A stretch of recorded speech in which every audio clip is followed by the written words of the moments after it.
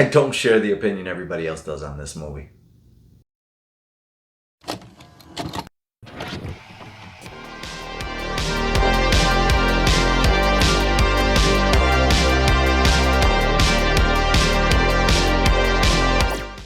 What's going on, people? Alex Thorne here, and I'm a rock and roller who in his downtime likes to watch movies while wearing a bandana.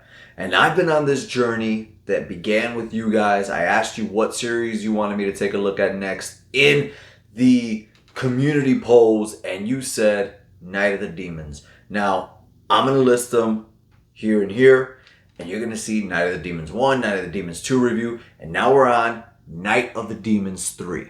It is not the easiest movie to find and stream. I like to watch movies, if I'm going to stream them, in the highest quality possible that I can. So I'll rent them, or they're on a reputable service like Crackle, Tubi, Pluto, Netflix, all that stuff, right? But that's only part 1 and part 2. Part 3, nowhere to be found on Blu-ray, to my knowledge, and nowhere to be found on streaming, unless you do YouTube. And I didn't know that it was at Demon House 3 on YouTube until after this cool event happened. And I went on Facebook, I went to a couple Facebook groups, VHS Facebook groups, and I asked, hey, if anybody has the Night of the Demons 3 VHS or DVD, you guys can borrow me for this channel. I will go ahead and review it, give you a shout out, and send it back to you. Well, guess what? This awesome dude, Jeremy Harris, he not only sent me Night of the Demons 3 on DVD, but he sent me a ton of other cool DVDs from his roommates. So thank you, Jeremy Harris. I owe you the world, brother. And like I said, I was going to give you a shout out. Here's your shout out, dude. And thank you for sending me that DVD amongst the other DVDs that are really cool, like Strip to Kill and a couple other ones that I've never ever seen. Night of the Demons 3. When I saw the trailers for this movie, I was scared because I genuinely disliked the way part 2 came along. It's a perfectly serviceable movie, okay? Part 2, like I said, does it hold up? Not really, but it's still worth a watch. You could put it on in the background and watch it. Now, when it comes to part 3, I thought it was going to be even funnier, and it did look cheaper. And here's the funny thing about part 3. It costed more than any of the other movies in this series. Besides the remake, because things got more expensive then. But of the original 3, this costed the most money. How? Bro, what are you talking about, man? I actually kind of like this movie. It gives you no confidence in the beginning. This one starts out with a cop coming to the home because there's like, I don't know if there's been a noise complaint or just your whole house checkup. But he came to the house. She's there. She like takes his badge and then flings it back at him and kills him or something like that. But it's just like, it doesn't look great. And it's kind of like, they're already retreading the opening to part 2. But right after that, you get something that I have seen a lot of people talk about with this movie, which is the intro. It's about 3 minutes, and it's a lot of the repeated stuff in the same 3 minutes, and it almost looks like they try to repeat the iconic intro to Night of the Demons 1, which everybody loves, everybody agrees is cool. This time they did it with CGI, and I didn't hate it. I actually was like, okay, all right, they're moving along with the times. No more cartoon, no more hand-drawn stuff. Now we're doing CGI.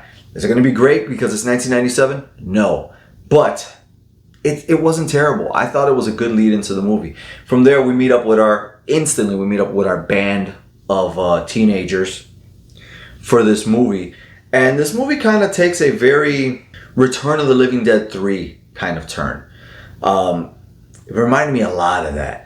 Because these teenagers, first of all, they have no business being friends. I don't understand how these people are in the same van together. There's very obviously the hunk, and then there's the black dude, and then there's the asshole who has the slutty girlfriend, and then there's the quiet guy. Like they check all the boxes, but like this group of people would never be friends, right? You would kind of imagine that they're separated and then they kind of came together because one of another person knows them, and eventually they end up at a Quickie Mart. In fact, it's actually called, I think, a Quickie Mart in the movie, and they get into this pissing contest, and there's a lot of your mama jokes and whatever between the black guy and the store owner, and the store owner gets really nervous right away, pulls out a gun, and then something happens where he ends up shooting the black dude, and it was really more out of being nervous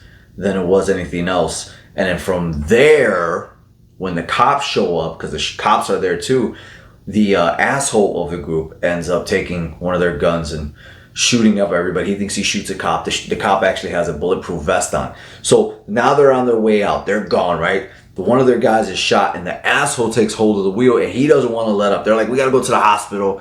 And he's saying, absolutely not. He's nervous. He makes the turn. They end up hiding out at a Hull House on Halloween. On the inside, this is not the same Hull House from part 2 and part 1. Now, mind you, this movie was filmed in Canada. And it looks like it was filmed in Canada. The production feels... This is the first movie where it actually feels to me like this could have been...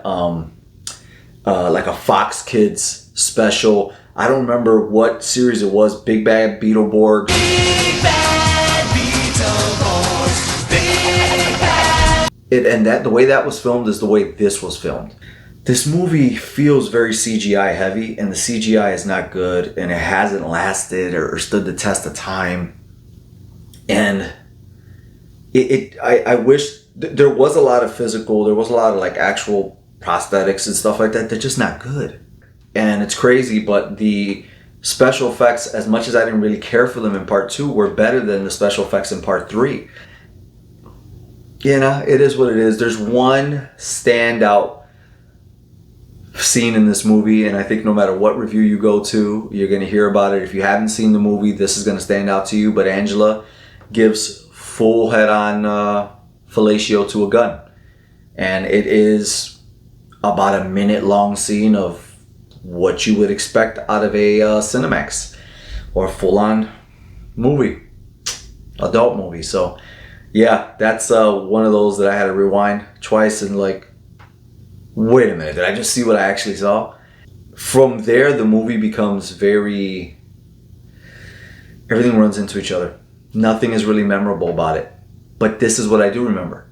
This movie annoyed me less than part 2. Part 2, with its constant trying to be funny.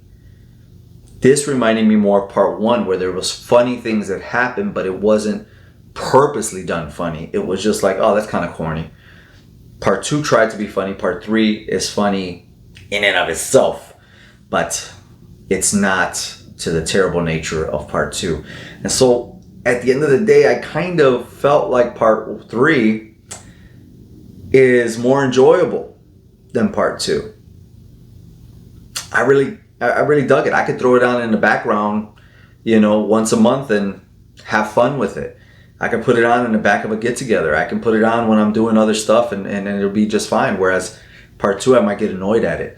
The special effects that happen when Angela comes out, there's a very, very quick, extremely like 2-3 second transformation where she crosses that warped border and you can see her turn into this mush and like the skeletal thing. But it's very fast, very like Hercules, Xena.